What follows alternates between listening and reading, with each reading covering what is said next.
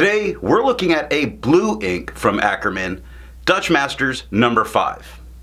Hi, I'm Adam, and I'm an ink guy. I get inks, test them, and share the results with you. Now, there's timestamps down below so that you can skip around, but if you got the time, I'd appreciate you checking out the entire video. Also, if you're interested, you can follow me on Instagram, and if you're new here, I would invite you to subscribe. In order to make sure I have a range of experience with this ink, I do the writing samples. I then inked up this Retro 51 Tornado with a broad nib. I wrote with it for a day and used it to take the notes for this video. In order to have some standardization while looking at writing samples, I always use Clairfontaine, Tomoe River, and Rhodia paper, although there are additional writing samples that occur much later in the video. Now, let's look at the writing sample. I have this ink in bottle form, and I don't really get all of their inks in bottles. I do have just a couple that I very much like, but they have these very unique looking bottles that, for many, the bottle can be worth the purchase. Not for me. It's a very nice bottle, but to keep my writing samples consistent, I use a Jinhao 159 with a Goulet 1.1 stub, a Jinhao X450 with a Goulet medium, and a Jinhao X750 with a Goulet extra fine. Let's take a look at the Clairfontaine. We get no bleeding, no ghosting. The 1.1 has no feather, spread, halo sheen, and it does offer moments, just moments of shading. Israel's starts dark, gets lighter, gets a little darker, and then very dark at the L. There's moments. It's not tremendous with the stub. The extra fine is a noticeably lighter tone than the stub, with no feather spread, halo sheen, and very nice shading throughout. Quick starts dark, gets light, gets dark again. Brown starts dark and works its way light. We get a lot of shading, just like this, which is fantastic to look at. 8 seconds to dry. Medium is a little bit lighter than the extra fine, with no feather spread, halo sheen, and still great shading. Quick, the K gets a bit darker. Brown starts dark, gets light, gets dark. Fox starts light, gets dark. Very nice. 11 seconds to dry. The scrubby for both shows plenty of color variation, and we got plenty of color variation. Tomoe River. No bleeding. Normal Tomoe River ghosting. I don't think that's a stub at the top. I think I had to go back and rewrite that with a medium, so we're going to skip that part. The extra fine has no feather spread, halo sheen, and no real shading. 11 seconds to dry. The medium is more or less the same tone that we got with the extra fine, with no feather spread, halo sheen, no shade. 18 seconds to dry. Now the scrubby for both show us we should be getting some color variation, and we're really not getting it. Kind of a disappointment there. Rhodia. No bleeding, no ghosting. The 1.1 has no feather spread, halo sheen, no shade. The extra fine is noticeably lighter than the stub, with no feather spread, halo sheen, no shading.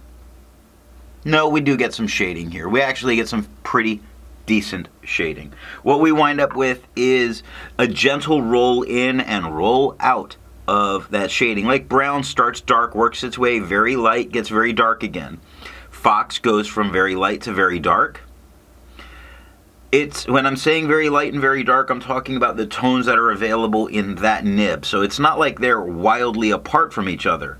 Like dog starts darker, gets lighter, and gets darker. It only took 7 seconds to dry here. Medium is a darker tone in general than the extra fine. It has no feather spread, halo sheen. It offers pretty decent shading. Fox starts lighter, gets darker. Jumps starts lighter, gets darker. Lazy is a very nice uniform tone that's definitely lighter than the word the right next to it. And 12 seconds to dry.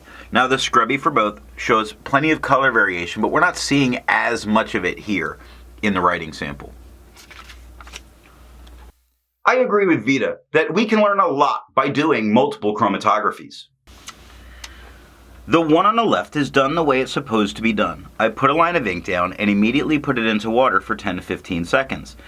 And we see this very turquoisey color working its way up, and then get this nice brighter blue across the top. The one on the right I let dry for 10 minutes before I dunk it into water, and we see this very gray and there line all the way across the bottom. We get that very light turquoise that works its way up, and then the bright blue again. Resistance tests are done to see how well this ink can be expected to perform on the page, and more importantly, how hard it might be to clean from your pen.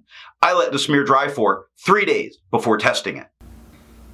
Looking at the highlighter, the lowercase h really has me with some concern because so much of it disappeared and became blurry. So I don't use this in note-taking situations when I may need to go back and highlight. Water reactivated and started to lift.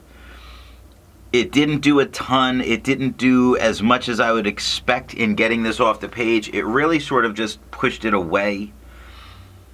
The same thing happened with pen flush. Pen flush didn't do nearly as much as I would have expected to get this ink off the page.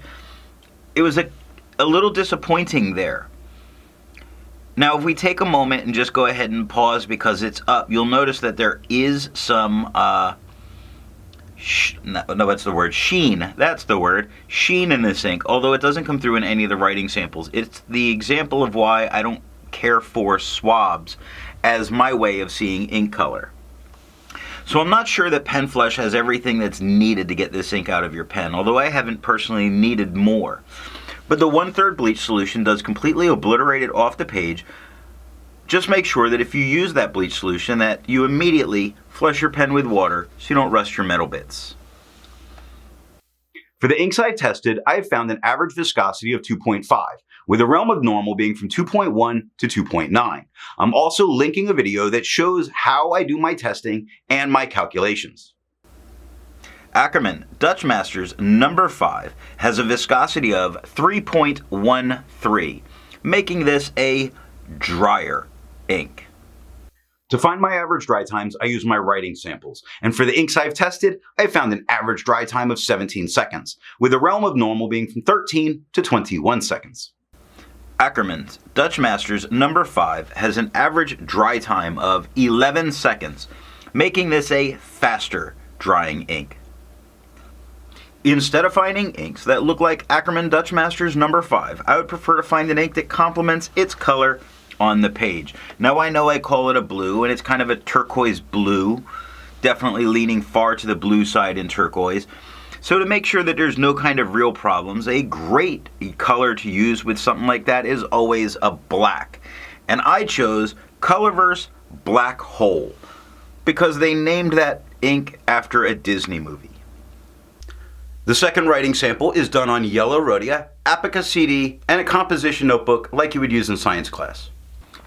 Here we're doing the color comparison looking at yellow Rhodia paper. Now, I say this is very much a blue ink, but once we put it with the yellow background, turquoise, without a doubt. All the way, turquoise. So it is very much affected by having a yellow paper. So, Apica CD notebooks. No bleeding, no ghosting. The 1.1 has no feather, spread, halo sheen, although it does offer some shading. You see it starts much darker and works its way lighter. The extra fine is, in general, a lighter tone than we get with the stub, with no feather, spread, halo sheen, and plenty of moments of shading, like the K in quick, the B in brown, the F and the X in fox, the PS in jumps. A lot of very nice shading spots that come out through this, 8 seconds to dry. Now the medium is about the same tone as the extra fine, with no feather, spread, halo sheen, but the shading is even better. Quick starts dark, gets light, and gets dark again. Brown starts very dark and works its way lighter. Fox starts light and gets dark. Nice, 11 seconds to dry. The scrubby for both shows plenty of color variation, and we got a lot of color variation. Last up is composition notebook. kind of notebook you would have used in science class, except I don't like lined and gridded and all that paper if I don't have to. So what do we get here? Well, we get no bleeding. We do get some ghosting, and that's because the paper is just so thin. The medium at the top has no feather spread, halo sheen, and no shade. Now the extra fine is noticeably lighter than the medium. The extra fine has no feather spread, halo sheen, no shade in the writing sample. The scrubby says we should get a lot of shade looking at it, but it's just not there in the writing sample. And that is all that I have for writing samples. So what do I think of Akkerman Dutch Masters number 5? This is such a nice ink that after I tried it in a sample, I went and I purchased a bottle. This is fantastic. Now, the tone of this is what I like so much. It doesn't offer a lot of shading, but I'm willing to sacrifice that part for the color that it's putting down on the page. I've really come to enjoy this one. So what nib and pen would give the best writing experience with this ink? I have found a wet fine nib really puts down enough ink to make it dark enough to be perfect on tone for me. Now it does look good from any pen, it's just wet fines I think look a little bit better. I'm going to remind you that I'm here every day with a new ink review. Thanks for watching.